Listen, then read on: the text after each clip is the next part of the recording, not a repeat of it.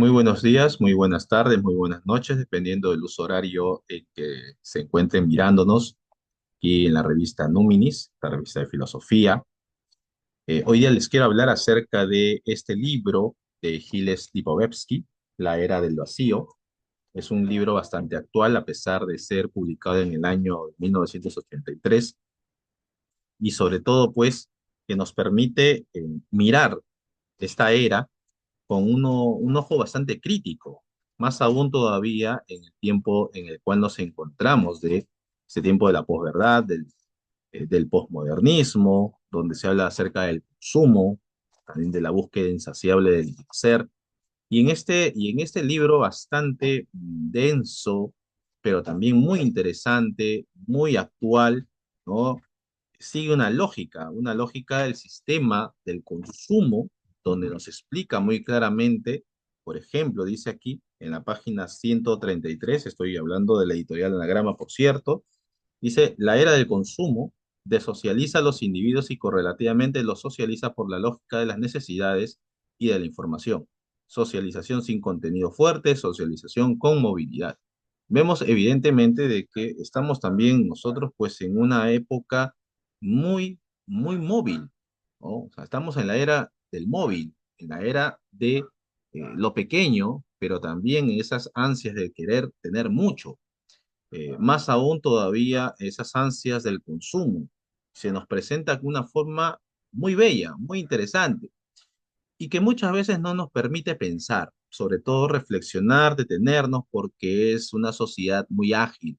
Se requiere mucha agilidad. Quieren que nosotros constantemente estemos eh, repensando, pero no hacia una reflexión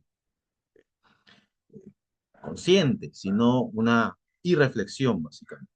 En la página 127, por ejemplo, dice, el hedonismo y el consumo son el epicentro del modernismo y el postmodernismo.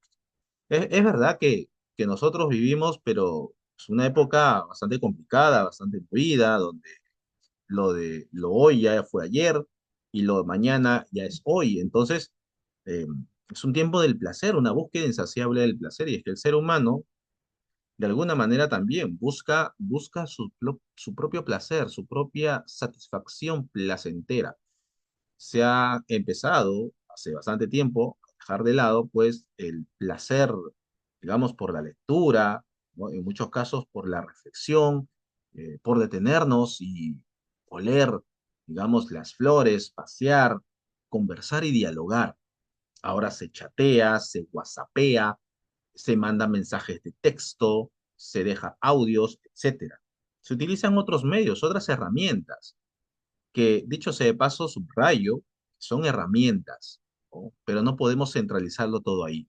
Por el contrario, es importante también volver al diálogo, a las conversaciones, a las salidas de café, a la salida de amigos, a conversar cara a cara, ¿no? Face to face, para que de esta manera, pues, podamos ver los gestos de la otra persona, que es muy importante, sobre todo, mirarnos a la cara, decirnos las cosas frente a frente,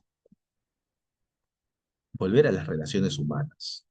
Las relaciones humanas se están dejando de lado y lo estamos únicamente transfiriendo al aparatito móvil. Y es importante repensar y pensar que cuánta necesidad tenemos del otro.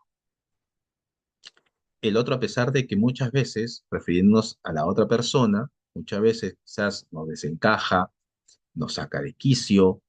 Sin embargo, es importante también señalar que la otra persona, el otro, está hecho de alguna manera también para ayuda nuestra. Nos permite que nosotros nos centremos como personas y de esta manera podamos tener una visión un poco más clara incluso de qué somos nosotros mismos. Esa búsqueda ya, esa búsqueda kantiana de qué es el hombre, ¿no? ¿Qué soy yo? ¿Quién soy yo? ¿Realmente me puedo conocer a mí mismo mirándome al espejo? Probablemente tendré una visión bastante recortada de lo que es la realidad. Sin embargo, cuando tengo a la otra persona, al otro, que me dice las verdades muchas veces en la cara, ahí comienzo yo realmente a conocer quién soy yo, porque que soy quizás un violento, quizás que soy muy tacaño, quizás que soy muy, muy avaro, muy ambicioso, ¿no? Entonces, en el otro es donde yo comienzo a conocerme, porque quizás el otro comienza a ser un reflejo mío, muy a diferencia de lo que podría ser solo el reflejo del espejo. El otro sería mi mejor espejo, más aún todavía en esta época de banalización social, una época ¿no? Digamos, del enamoramiento virtual, ¿no? Eh, Mucho se ha dejado de lado, inclusive eso, y eso es lo que también se habla acerca de en este texto, ¿no? La sexducción, ¿no? Esta falta de, digamos, todo lo sexualizamos.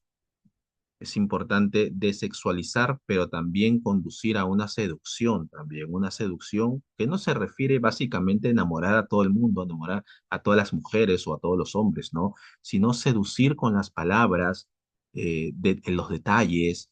Es importante los detalles, la caballerosidad, ¿no? Lo que nos hace ser caballeros, ¿no? Donde demostramos nuestra masculinidad, más allá de cualquier tipo de imposición masculina en el sentido machista de la palabra, sino redescubrir nuestra masculinidad a través de la caballerosidad, de ser muy caballeros con las damas, que las mujeres descubran su feminidad a través de qué, a través de los detalles femeninos, que son propiamente de las mujeres. Es muy importante reconfigurar y ver estos aspectos que quizás a lo largo del tiempo se han ido perdiendo y que es importante y no es tarde para que podamos eh, ir rescatando, ir rescatando. Por eso es que en la página 29 dice, lejos de ser un agente de mistificación y de pasividad, la seducción es destrucción culto. De lo social es un proceso de aislamiento que se administra ya no por la fuerza bruta, la cuadrícula reglamentaria, sino por el hedonismo, la información y la responsabilización. Por eso que es importante, ¿no?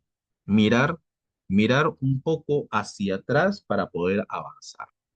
Y esto no se limita únicamente al ámbito social, al ámbito político, económico, sino también dentro del ámbito educativo. ¿Por qué? Porque también muchos jóvenes viven de una manera eh, influenciados por las redes sociales. Hoy por hoy es necesario reconocer que las redes sociales juegan un papel muy importante. Sin embargo, también en este texto, en la era del vacío, nos habla de que muchos jóvenes también caminan hacia ese vacío y no tienen muy claro el horizonte hacia dónde están yendo, hacia dónde están caminando.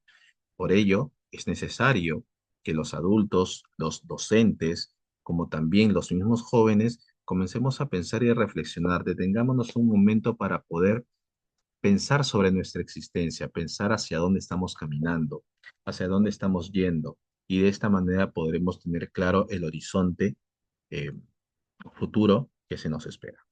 Muchísimas gracias. Se despide su servidor. Un abrazo.